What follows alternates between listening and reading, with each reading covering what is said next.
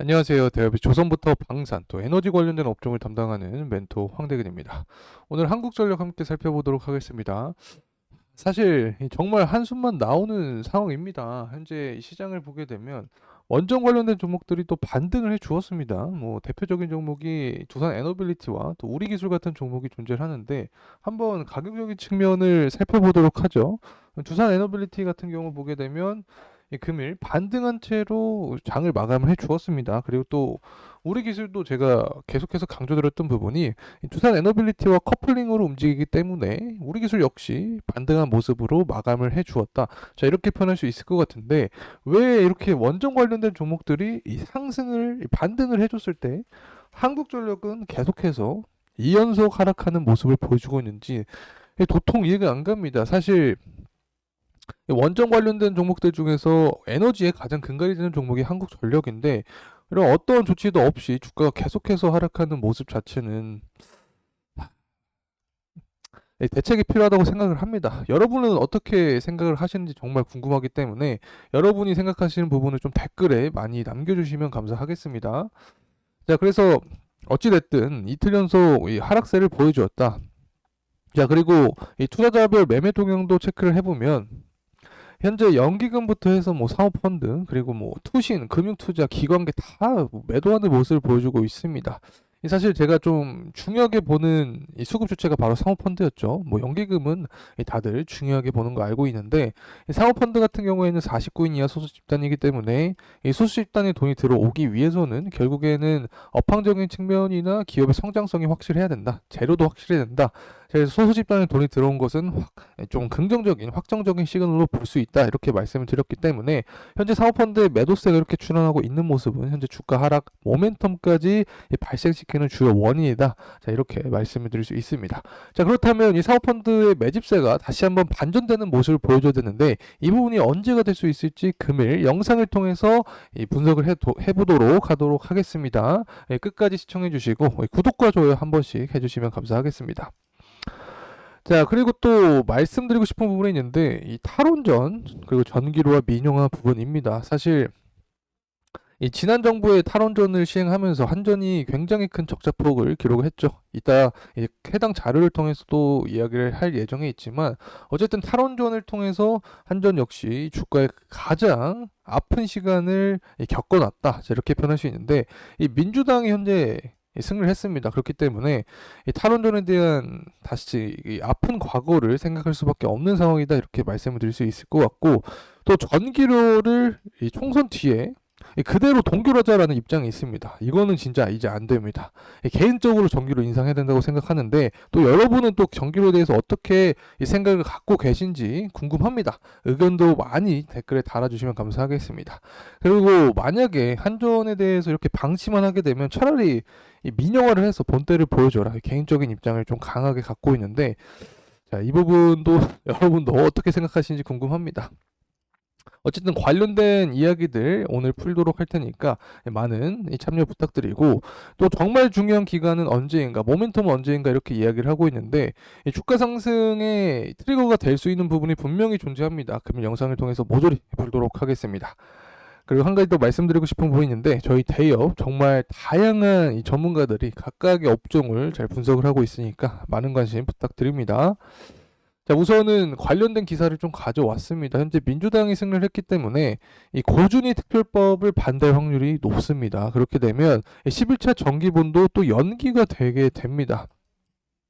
전반적으로 저는 민주당이 원전을 안 좋아하는지 모르겠습니다. 지금 신재생 에너지를 강조를 하고 있는데 원전은 또 청정 에너지원이죠. 그리고 여기에 더해서 뭐 민주당이 뭐 AI랑 또 반도체, 2차 전지를 강조를 합니다. 여기서 가장 핵심이 되는 부분이 바로 원전인데 왜 원전에 대한 정책은 내지 않는지 잘 모르겠습니다. 어쨌든 이 전반적인 상황 자체가 원전 업황에는 좋지 않은 모습을 현재 이끌고 있다 이렇게 설명을 드립니다.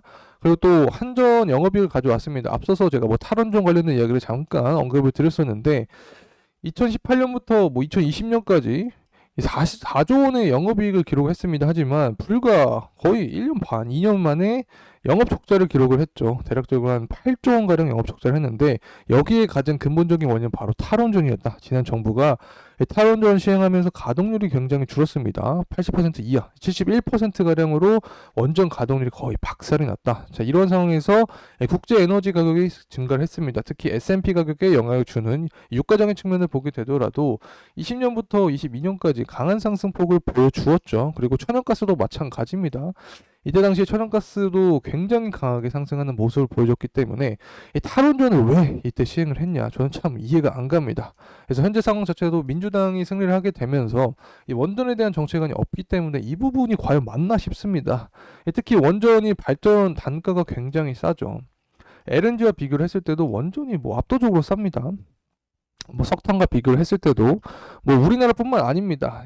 다른 이 외국을 보더라도, 특히 유럽을 보더라도 원전이 가장 싼 모습을 보여주고 있기 때문에 앞으로 변화하는 산업 트렌드상 원전은 계속해서 필요할 수밖에 없다는 점 말씀을 드리고, 이 금투세 관련된 이야기인데 어제도 진행을 했죠. 이 더불어민주당, 민주당이 이 금융투자소득세를 2025년부터 실시하겠다라는 이야기를 하고 있습니다. 특히 타이완 지수를 보게 되더라도 실시하고 나서, 금투세 실시하고 나서 굉장히 하락한 모습을 보여주었죠. 그리고 이 일본 지수를 보더라도 마찬가지입니다. 일본 지수 역시 하락하는 모습을 보여줬는데, 이 민주당이 갖고 있는 정책안 자체가 증시에는 별로 크게 도움이 되지 않는 모습이 많다는 점 개인적으로 생각을 하고 있습니다.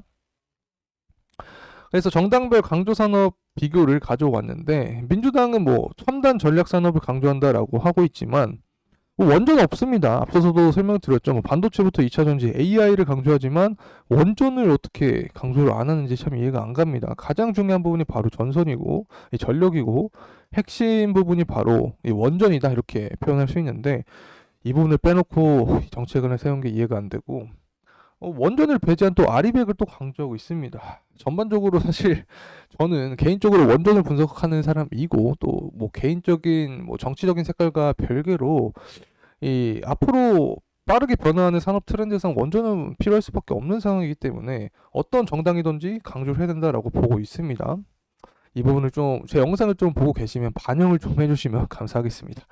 이 전 세계 데이터 전력 수요량 추이입니다. 뭐 2024년부터 2027년까지, 30년까지 가파르게 상승하는 모습이다. 뭐 최대 수요 전망과 최저 수요 전망의 차이가 7배가 나더라도 어쨌든 계속해서 상승하는 모습이기 때문에 이 중장기적인 수요는 견조할 수밖에 없다. 그리고 이 신재생 에너지를 강조했죠, 이 민주당이. 근데 여기서 오게티가 있습니다. 원전도 청정 에너지원입니다. 이미 인정받은 지가 굉장히 오래되었죠. 이미 글로벌 상황을 보더라도 에너지 장관들이 원전 잠재력을 인정을 했습니다. 무탄소 기술에 가장 필요한 이 종목이 바로 원전이다라고 했기 때문에. 그리고 또 탈원전 폐기한 이후에 온실가스가 또 4.8%가량 줄었죠. 이 계열값을 보게 되더라도 이 산업 부분의 온실가스 배출 한번 살펴보도록 하겠습니다. 2021년부터 2023년까지 쭉 감소를 했습니다. 당시에 이 원자력에 대한 발전량 현황을 보게 되면 증가를 했죠. 이 가동률도 보면 바로 직관적으로 파악할 수 있습니다. 문재인 정부 때 굉장히 하락한 모습을 보여줬다가 윤석열 정부 들어서 다시 80% 이상으로 회복을 해주었다. 이때 당시에 다시 한번 원전을 가동을 하니까 온실가스 배출량이 줄었다. 그래서 원전을 청정 에너지원으로서 삼을 수 있다는 점 말씀을 드립니다. 자, 이제는 체코 원전 관련한 이야기인데, 뭐 어제도 제가 말씀을 드렸습니다. 우리나라 같은 경우에는 방산과 마찬가지로 가격 경쟁력이 굉장히 뛰어나다, 그리고 기술력이 높기 때문에 원전 수주 가능성이 높다라고 설명을 드렸는데, 현재 문제점 자체가 이 체코 정부가 프랑스 이 편의를 봐주고 있다라는 점이 문제다라고 설명을 드렸습니다. 실제로 이 프랑스 자체는 EU 전체 원자력 발전량의 48.4%를 생산하고 있기 때문에 이 EU에서의 입지가 굉장히 뛰어나기 때문에 현재 상황 자체는 어느 정도 이해할 수 있는 상황이다, 이렇게 저는 개인적으로 생각합니다. 그래서 결국에는 이 비즈니스 자체를 하게 될 때는 뭐 기술과 가격이 저렴해야 이 관련 파트너로 할 수 있는 거죠. 그래서 팀코리아가 아직까지도 경쟁력이 높지 않나, 저는 개인적인 생각을 하고 있고, 이러한 해외 원전 관련된 이슈가 부각이 될 때마다 제가 추후 영상에서 계속해서 풀어드릴 예정에 있으니까 구독과 좋아요 꼭 부탁드리고 영상 끝까지 시청해 주시면 감사하겠습니다. 자, 이제 넘어가서 가격적인 측면 살펴보도록 하겠습니다. 제가 계속해서 한탄이 나왔던 부분이 이겁니다. 뭐 3월 들어서 계속 하락하는 모습을 보여줬는데, 금일 역시 다른 원전주들은 반등을 해줬지만 한국전력만 이렇게 주가가 하락해주는 모습입니다. 이 다른 원전주들이 테마 형성을 하면서 주가가 굉장히 가파르게 상승할 때도 한전 같은 경우는 그렇게 크게 움직이지 않았기 때문에 왜 이렇게 주가가 하락을 할 때만 가장 강하게 하락하는지 정말 이해가 안 간다.